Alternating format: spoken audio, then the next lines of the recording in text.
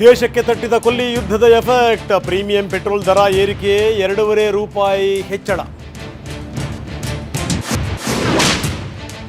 Surprise ಕೊಡ್ತೀವಿ ಎಂದ ಸೇನಾ ವಕ್ತಾರನೇ ಫಿನಿಶ್. ಅಮೆರಿಕದ F-35 ಜೆಟ್ ಉಡೀಸ್, ಸೌದಿಯಲ್ಲಿ ಓರ್ವ ಭಾರತೀಯ ಬಲಿ. ದಿನಕ್ಕೆ 50,000 ಸಿಲಿಂಡರ್ ಕೊಡಿ, ಬಂದಿರೋ ಹಡಗಿನಲ್ಲಿ ನಮಗೂ ತೈಲ ಹಂಚಿ, ಕೇಂದ್ರಕ್ಕೆ ಪತ್ರ ಬರೆದರು ಸಿದ್ದರಾಮಯ್ಯ. ಹೆಸರು ಘೋಷಣೆಗೂ ಮೊದಲೇ ನಾಮಪತ್ರ, ಕಾಂಗ್ರೆಸ್ನ 2 ನಾಮಿನೇಷನ್. ಶಾಮನೂರು ಮೊಮ್ಮಗನಿಗೆ ಟಿಕೆಟ್ ಬಹುತೇಕ ಪಕ್ಕ. ಬೇಕಾದಲ್ಲಿ ಹಳೆ ಗಾಡಿ ನಿಲ್ಲಿಸಿದರೆ ಹುಷಾರ್, ಮತ್ತೆ ಟೋಯಿಂಗ್ ಶುರು ಮಾಡ್ತೀವಿ ಎಂದರು ಡಿಕೆ. ಚುನಾವಣೆ ಹೊತ್ತಲ್ಲೇ ಬೆಂಗಳೂರಿಗೆ ಶಾಕ್.